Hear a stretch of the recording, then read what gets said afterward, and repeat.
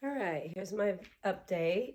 I did get to see a good GI doctor for the first time since my diagnosis with microscopic colitis.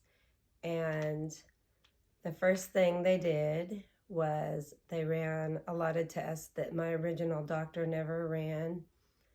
They redid my colonoscopy, and they also did a endoscopy, however you pronounce the top part, to look at the small intestine. And before my test, they had me eat gluten for a month, and that way they could run a celiac test. They really thought I'd be celiac because I had so much itching and a sore under my tongue that kept coming back, and the stomach problems. So when I ate gluten for a month, all I had was extreme itching. It didn't make my diarrhea worse. It didn't make any of my other symptoms worse except extreme itching. So to deal with that, I took Benadryl at night and just put a lot of itch cream on. And when that test came back negative for celiac, they still said definitely don't eat wheat at all because I obviously have issues with gluten, but they're pretty sure I'm not celiac. They ran about every parasite test and C. diff test, all those kind of tests that are blood samples and stool samples.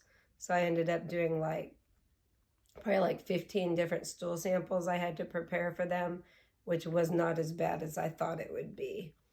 But that was pretty different. And like I said, they did a lot of blood tests. Nothing came back on that. And after it was all said and done, the thing they came up with was that I have my so my new colonoscopy came back with collagenous colitis, which is a little strange, maybe because my previous one, which was less than a year ago, was lymphocytic colitis. They didn't seem to think much of the difference, like that it was different, but it seemed strange to me that this one revealed collagenous colitis. So I don't know if it changed or if my first doctor had it wrong, or I don't know much about that. But the main thing they found was when they did the upper scan or scope or whatever they do, the upper test, the endoscopy, they found a bile acid malabsorption, and that's now what they're treating me for. And when I read online about bile acid malabsorption that they call BAM, BAM, it did say that 30% of people with microscopic colitis have this. And the book that I read by Wayne Persky, the main microscopic colitis book, it also mentions bile problems with people with microscopic colitis, but when I'd read it the first time before that diagnosis, I hadn't paid any attention to that. So I'm lucky I changed doctors because my doctor never would have tested me for that. He was just happy with one single test that he ever did for me was a colonoscopy, diagnosed me with microscopic colitis, put me on budesonide, and when that didn't work, he kind of was a negative, like blaming it on me, saying I must be having caffeine.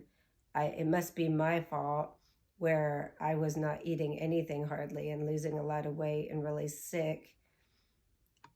But he never really listened to me when I told him how limited my diet was. I definitely wasn't having caffeine or dairy or wheat, although he didn't care about wheat, but no raw vegetables. I hadn't had that kind of stuff for a couple years because it was obvious it made me sick before I even had the first colonoscopy. So the bad doctor had left me on budesonide for 10 months, and I was starting to have side effects, which now I know was the reason I had that sore under my tongue that kept coming back. Every month there'd be this huge like canker sore type thing, but more of a bump under my tongue, It'd be very sore, like throbbing, and then it would gradually go away, and then it would come back again with a cycle in the exact same place. It repeated itself. And I was having bruising, I was having depression. I think those were the symptoms, but that was all side effects from budesonide, because now that I'm off it, that went away 100%. No depression at all, which I'd never had in my life before that. No bruising at all. I'd never bruised before. Usually, even if I got hit real hard, I was rarely had a bruise in my entire life. And that thing under my tongue has started to come back a couple times as I tapered off the budesonide, but now it hasn't come back at all. So it was definitely a side effect. And that drug is not meant to be on for 10 months full strength. I was on 3 pills a day for 10 months. And my bad doctor's idea was next to put me on prednisone. And that's why I got away from him, because he wasn't trying to help me at all. And he didn't care about my diet other than to gripe at me saying I must be sneaking Monster Energy drinks or something. It was bizarre what a bad doctor he was. So it did take me 6 months to see a different GI doctor in a bigger town. And it was hard to get in, but it was worth it. And I never even told my old doctor that I was changing doctors or anything, because I was at his mercy to stay on that budesonide while I found a better doctor and a different treatment, because it was allowing me to function. It just wasn't making me any better. So, and I wasn't able to add more foods while I was on that. I was on a very, very limited diet, which I talk about on my previous video. So the new doctor had me taper off the budesonide, and I actually just took my last pill 2 days ago. I went 30 days down to 2 pills, then 30 days down to 1 pill, and then completely off it. But what they did do was start me on something for the bile acid malabsorption right away. And that has helped me more than anything. I'm noticing a huge difference. I still do have watery diarrhea, but it's getting less times a day where I could actually function, and I'm not feeling sick all the time or having stomach pain, where I was feeling sick all the time and having stomach pain before. So yes, I do have the watery diarrhea still, but on my 30-day follow-up to my new GI, she added another medicine, and since she added that, I'm starting to add a few more foods, and I'm starting to have less watery diarrhea and no stomach pains and no feeling sick at all. So I'll tell you what drugs those are that she put me on. And they also started me on my nutritionalist I've worked with, who is actually not in the United States. She's in London, and she's really good. Her name's Clemmy, and she's on Instagram. I had to pay for that out of pocket, but she's probably the thing that helped me make it for 10 months while I was getting a good doctor and they were getting me treated correctly. And she told me as I reintroduced food to do the low FODMAP diet, which I had read about that before over the previous years when I was sick all the time and trying to figure out what to eat. And I never thought that any of those foods were things that bothered me or vice versa. But now that I'm reintroducing foods, as I add in the low FODMAP foods, I have not had any symptoms. So maybe that is an appropriate diet to be on for me or people with, it's made for IBS, but obviously a bowel disease is even more serious than IBS. So it would help us too. So my good GI, when I went to her, I hate to call her that, but the other one was so bad. She did recommend that I follow that low FODMAP that my nutritionist recommended, because she said that's definitely what they would recommend also. So the medicine they put me on that has helped me finally is, the first one is called Colestipol, Colestipol.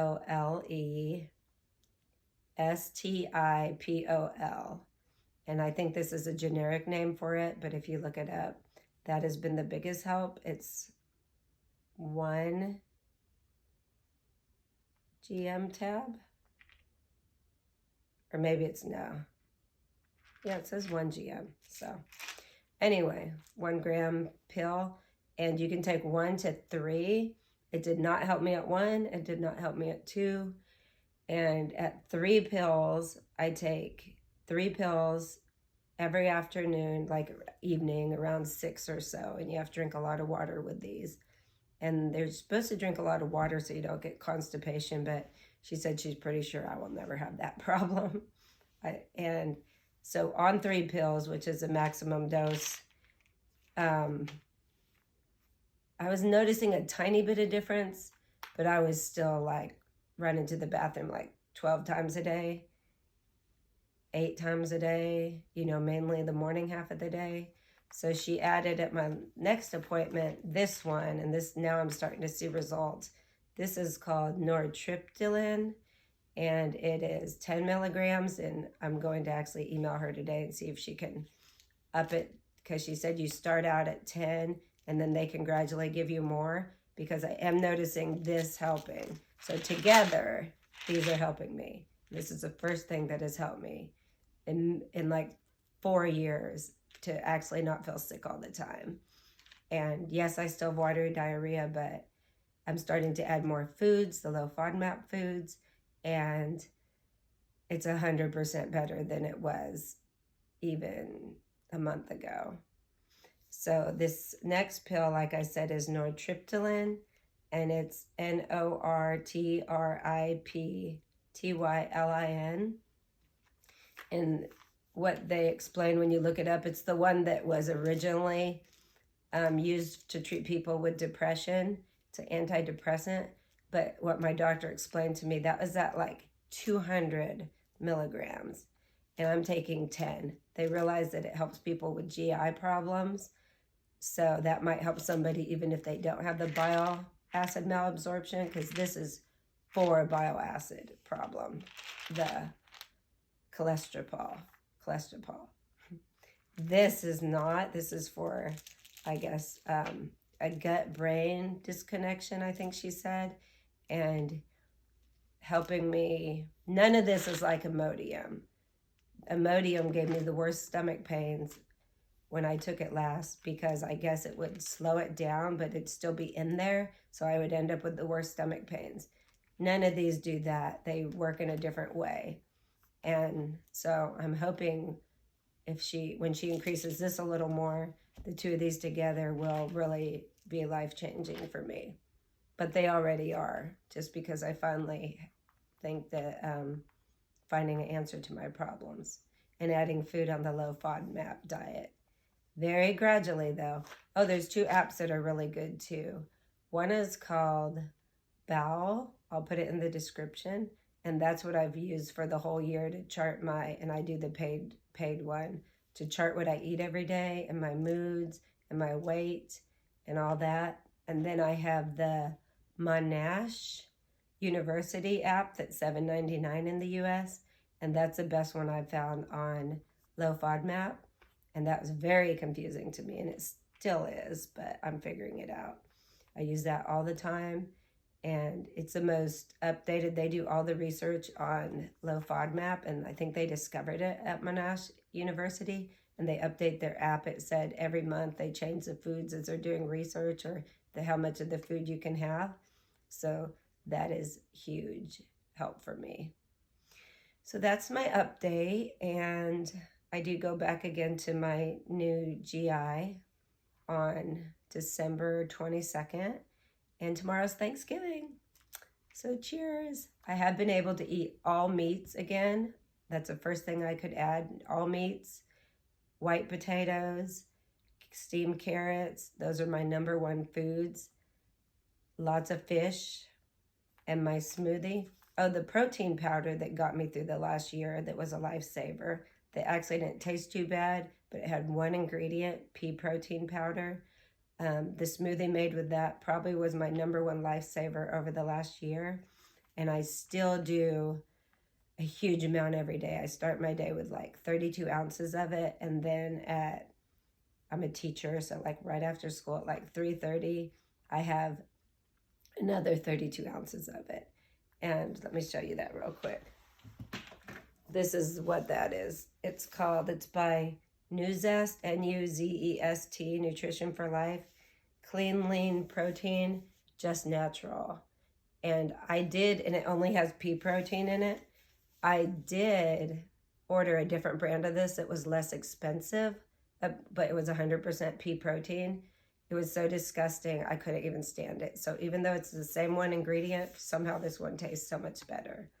So my smoothie that saved me, and I still start my day with, and I still do it every day, is 2 scoops of this. Now this is in my Vitamix blender that's like this big. I do it to the top. I put 1 can of coconut milk, full fat organic canned coconut milk, water just to get enough for it to blend.